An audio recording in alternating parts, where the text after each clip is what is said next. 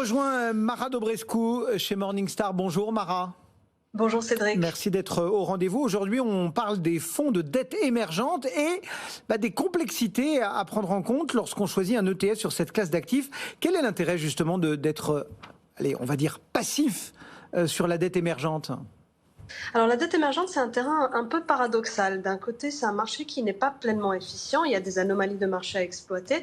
Donc ça, généralement, c'est une bonne nouvelle pour les gérants actifs parce que ça leur permet d'ajouter de la valeur en surpondérant ou au contraire en évitant certains pays.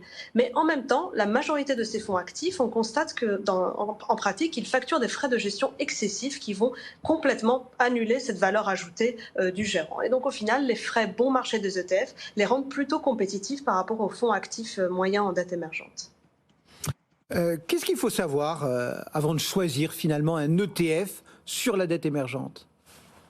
Alors la première question à se poser, c'est de savoir si vous souhaitez vous exposer à la dette en devise locale ou plutôt à la dette émise dans une devise forte comme le dollar américain ou l'euro. C'est une distinction qui peut faire une énorme différence dans le profil de risque-rendement de ces différents produits.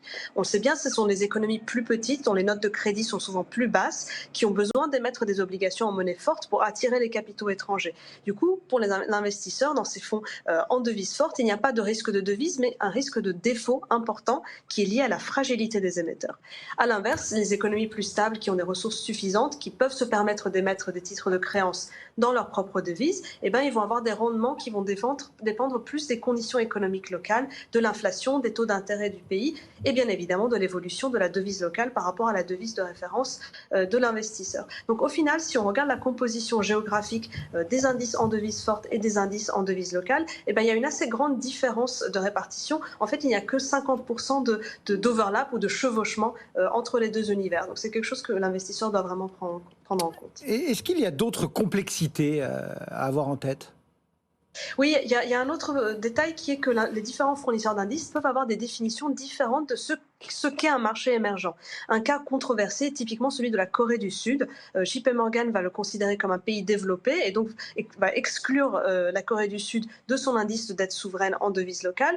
À l'inverse, dans les indices Bloomberg, la Corée du Sud est non seulement incluse, mais figure même parmi les plus grosses pondérations du Bloomberg Emerging Markets Local Currency Government Bond. Donc dans cet indice, la Corée du Sud pèse pour 12% de l'indice. Donc on voit bien que inclure ou exclure un gros marché comme la Corée du Sud va pouvoir faire des vastes variations de performance sur certaines périodes. Et il y a aussi la question des titres de créance chinois en devise locale. Ils ont été inclus dès 2019 dans des indices Bloomberg, alors que Vanguard, un autre provider de fonds passifs, plus frileux, a opté pour une version modifiée de l'indice, justement pour limiter l'exposition à la Chine.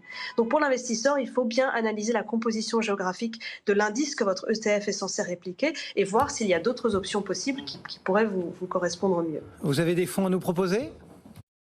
Alors, on peut en mentionner deux sur la dette en devise forte, un fonds proposé par iShares, un autre proposé par LNG qui s'affiche maintenant à l'écran. Deux autres options sur les devises locales, encore un fonds proposé par iShares, Spider ETF. Pour tous ces ETF, on a des frais de gestion qui vont de 20 à 55 points de base de frais de gestion par an.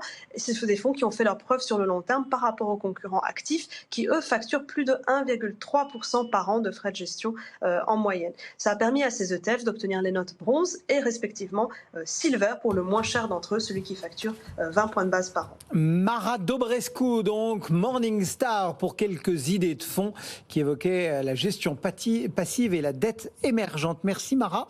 Très bonne fin de semaine sur le marché. Le CAC 40 qui gagne 0,17% est à 7493 points.